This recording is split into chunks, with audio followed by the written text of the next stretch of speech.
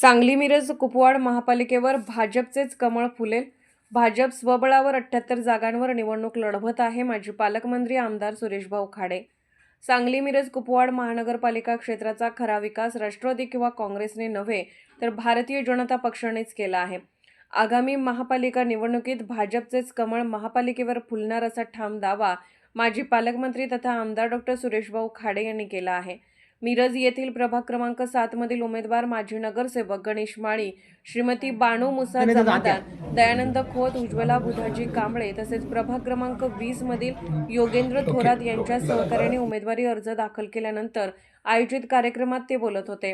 यावेळी युवा नेते सुशांत खाडे, ज्येष्ठ नेते सुरेशबापू आवटी, फारुख जमादार, नितेश कांबळे यांच्यासह भाजपचे पदाधिकारी कार्यकर्ते मोठ्या संख्येने उपस्थित होते. डॉ. खाडे म्हणाले की भाजपचे धोरण नेहमीच सर्वसमावेशक विकासाचे राहिले आहे. कोट्यावधी रुपयांचा निधी देताना कधीही पक्ष, जात किंवा धर्म पाहिला नाही.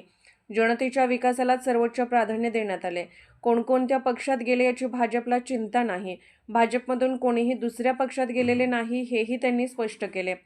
ते पुढे म्हणाले, सांगली मिरज कुपवाड महापालिका निवडणुकीत भाजप स्वबळावर 78 जागांवर निवडणूक लढवत आहे.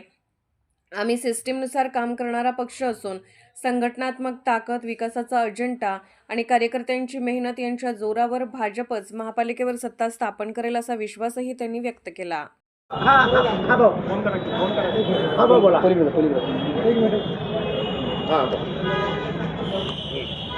आज होऊ घातलेल्या सांगली मिरज कुपवाड महानगरपालिकेच्या निवडणुकीच्या माध्यमातून आज अर्ज दाखल करण्याचा शेवटचा दिवस आहे. भारतीय जनता पार्टीच्या वतीनं आज आम्ही 78 अर्ज सांगली जिल्ह्यामध्ये आज पूर्ण केले. त्यांचे एबी फॉर्म दिले. पॅनल सगळीकडे आमच्या ताकदीने पॅनल लागलेले आहेत. त्यामुळं आजचा शेवटचा दिवस हा काय अर्ज भरण्याचे होते, काय एबी फॉर्म द्यायचे होते ते आम्ही कंप्लिशन केलं. टोटल एबी फॉर्म, टोटल 78 लोकांचे फॉर्म हे सगळं एकदम व्यवस्थित सबमिट झालेले आहे. मला हे सांगायचं आहे की जनतेला आव्हान करायचं आहे की विकासाला आपण प्राधान्य द्या, विकासाला मतदान करा. आज बघितलं तर आज सांगली जिल्ह्यामध्ये एक वेगळा गोंधळ तयार झालेला दिसतो. कोण कुठं अजून आम्हालाही समजणार नाही की जोपर्यंत फॉर्म स्क्रुटनी होणार नाही तोपर्यंत समजणार नाही की कोण कुठे गेला आणि कोण कुठे गेला आहे.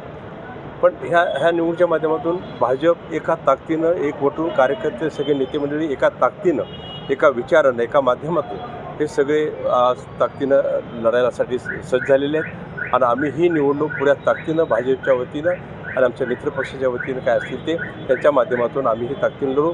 निश्चित आम्हाला विश्वास आहे की भारतीय जनता पार्टीचा झेंडा, कमळ हे नगरपालिकेवर आम्ही फडकवणार हे निश्चित झालेलं आहे. आणि ती जनता त्याबद्दल राहील, कारण विकासाबरोबर जनता राहते हे आम्हाला मान्य आहे आणि आम्हाला त्याचा अनुभव आहे. त्यामुळं निश्चितच ही नगरपालिका, महानगरपालिकेच्यावर ती झेंडा कमळाचा फडकणारच.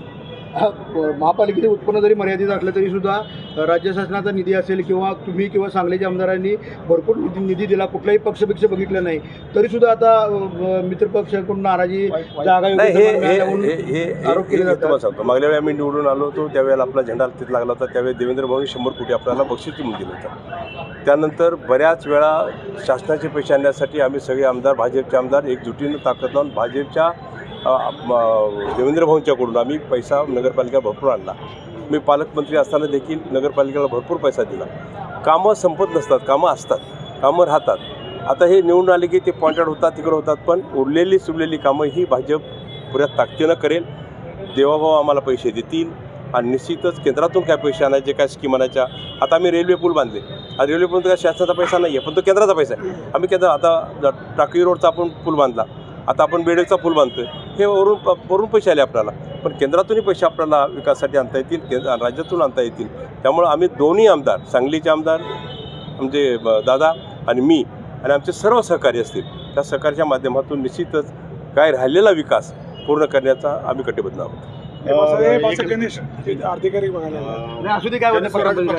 किती जागा सोडल्यात, आम्ही आरपीआयला मला वाटतं अजून रेकॉर्ड बदलला नाही. आता एबी फॉर्म कसे सांगलीत वाटले ते माहीत नाही, पण आरपीआयला एक जागा ठोकळींची सोडलेली. आपण जनस्वराज्याला आम्ही 2-3 जागा सोडतोय, त्यामध्ये अडचण नाही. त्यांचे फॉर्म भरले, त्याची बरेच उद्या बैठक बसेल आमची, त्यानंतर आम्ही कुठं करायचं, कसं ॲडजस्ट करायचं त्या पद्धतीनं आम्ही ठरवणार आहोत. त्यामुळे बाकीचं कुठे युती झालेली दिसत नाही आम्हाला.